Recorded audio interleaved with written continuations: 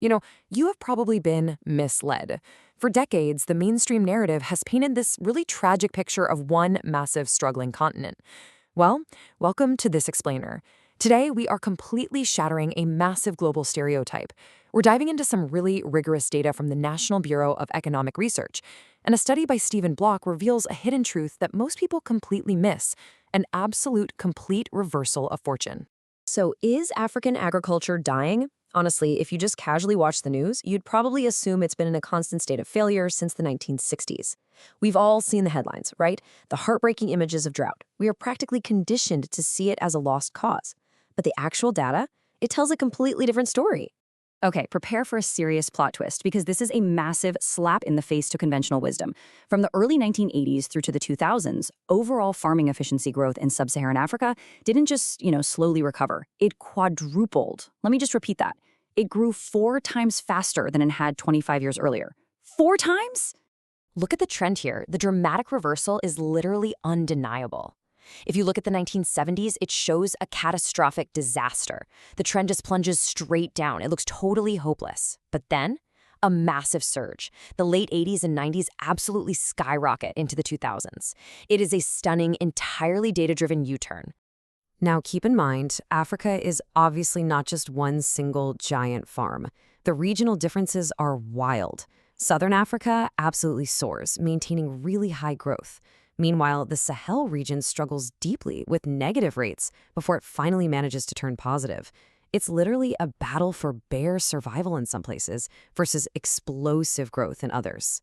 Moving on to Section 1, measuring the unseen reality. First off, we really need to understand what it is we're actually measuring. We are talking about overall farming efficiency. And look, forget all the confusing academic textbook terms. This simply means getting way more crop output, more actual food, without just throwing more land or more workers at the problem. It's about working smarter, genuine innovation, and getting a lot more from the exact same resources. To figure this out, the researchers used a pretty complex mathematical model, but we can easily break it down into 4 intuitive steps. Step 1, count total crop output. Step 2, count the physical inputs, stuff like land and tractors. Step 3, adjust for the secret weapons, things like a region's rainfall and the workers' actual years of schooling. And finally, Step 4, smooth out all that noisy data to reveal the true underlying trend. All right, Section 2, the surprising growth engines. Now, this part is completely counterintuitive. If you ask almost anyone what saves rural farming, they are instantly going to say paved roads. Well, the data proves that completely wrong. Paved roads actually had a surprisingly low impact here. The real hero? R&D investment. Pure brain power.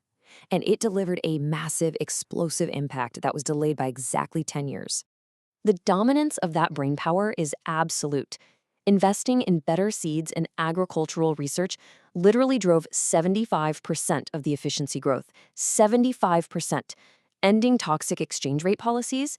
That drove 16%. And those paved roads everyone always talks about? Just 3%. Science completely blew physical infrastructure out of the water. So the crucial point is this. During the 1970s, research spending rapidly increased across these subregions.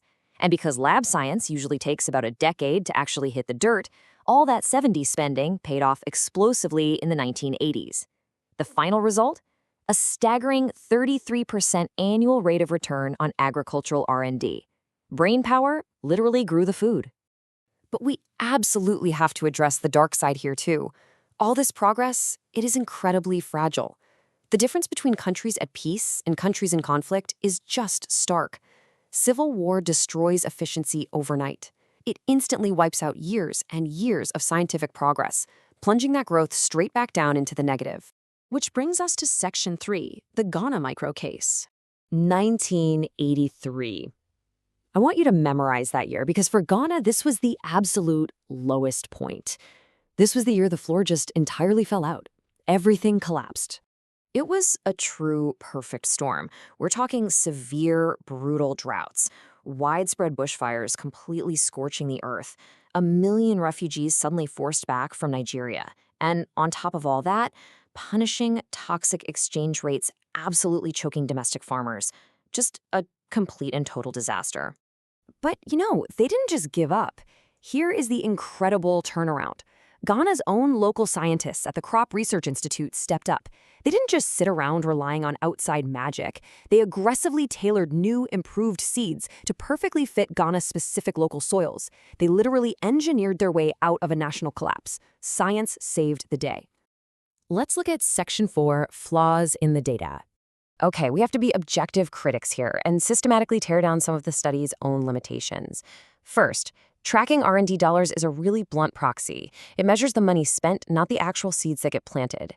Second, unreliable statistics. Official government data in these regions often completely conflicts with itself. And third, broad averages hide massive local differences. I mean, what works in a humid valley completely fails in an arid savanna. Actually, the author of the study admits this himself. He says, every generalization about Sub-Saharan Africa masks the region's vast heterogeneity. You simply cannot paint this massive, wildly complex continent with one single brush. Sweeping continental averages are dangerous if you aren't paying attention to the local reality. So here is your key takeaway for today. For decades, we fully believed this myth of perpetual failure. But hard data proves African farming efficiency actually quadrupled, entirely thanks to local science and crucial policy reform.